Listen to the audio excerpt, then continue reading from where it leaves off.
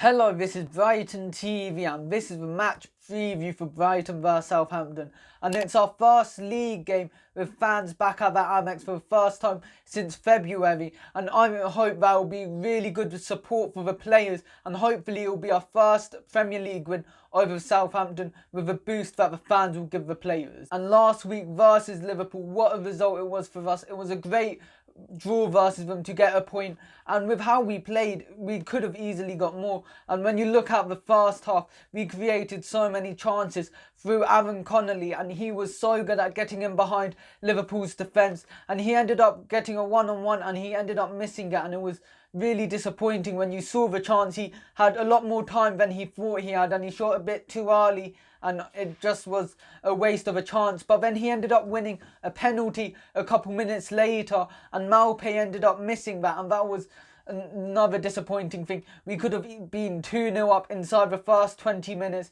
and instead we won, and it was quite disappointing. But overall, our defensive play was great as well. We limited Liverpool to so few chances, and one of the key highlights was the goal around about the 35th minute, where Salah ended up going in behind the defence and he ended up scoring, but VAR showed that Salah was offside. And just throughout the game, we were really good at our high line, making sure the Liverpool players were offside, and it was great for us defensively, since Liverpool, who are so good on the counter-attack, especially with players like Salah and Jota, who are really quick, to do the high line so well was so important in us getting something from the game.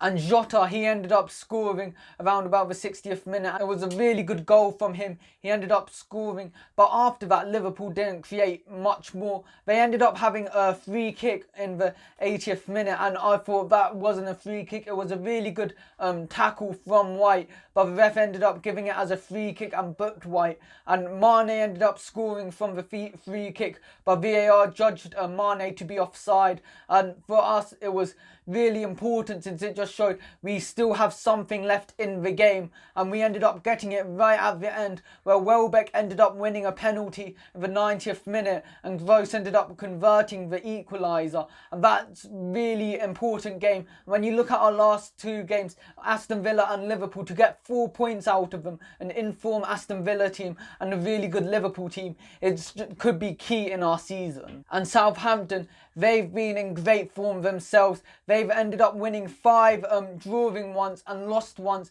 in their last 8 games. And that form, you do have to be careful, because how Hasenhüttl plays, he's just so, their team is so good at pressing, and their set pieces are really good. That's our biggest weakness, since outside of set pieces, we have the best defence in the league, and when you put set pieces in, we aren't the best. And that just shows, especially with someone like James Ward-Prowse, who is so good at scoring free kicks, and his deliveries from corners and free kicks are so good. That's where you have to be careful, because you don't want to concede too many free kicks when you're up against a player like him, who's so good at converting them chances. So we do have to be careful about fouling the Southampton players around the box.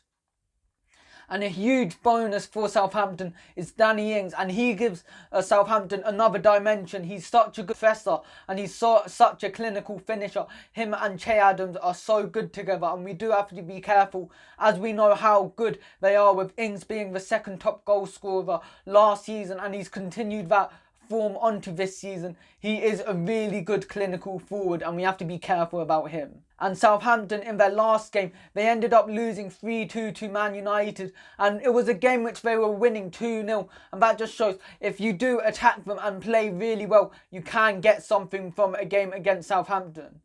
And my lineup for this game, I think it should be a 3-5-2, and in goal I think it should be Ryan, and he's been quite good recently, and that dropping him against Spurs seemed to end up increasing his form. He's started playing a lot better, so hopefully he continues that fine form. And the back three of Webster, Dunk and White. And Webster, I thought he was really good at progressing the ball, and he did so many good passes with it. I think Webster, he has to play. And Dunk and White, both of them were playing well, distributing the ball and holding the high line. I think them two have to start, and I think it's a bit disappointing on Veltman, who was so good versus Liverpool defensively. He limited them with how he was playing, but I don't think he's got what it takes to be above White and Webster at the current moment.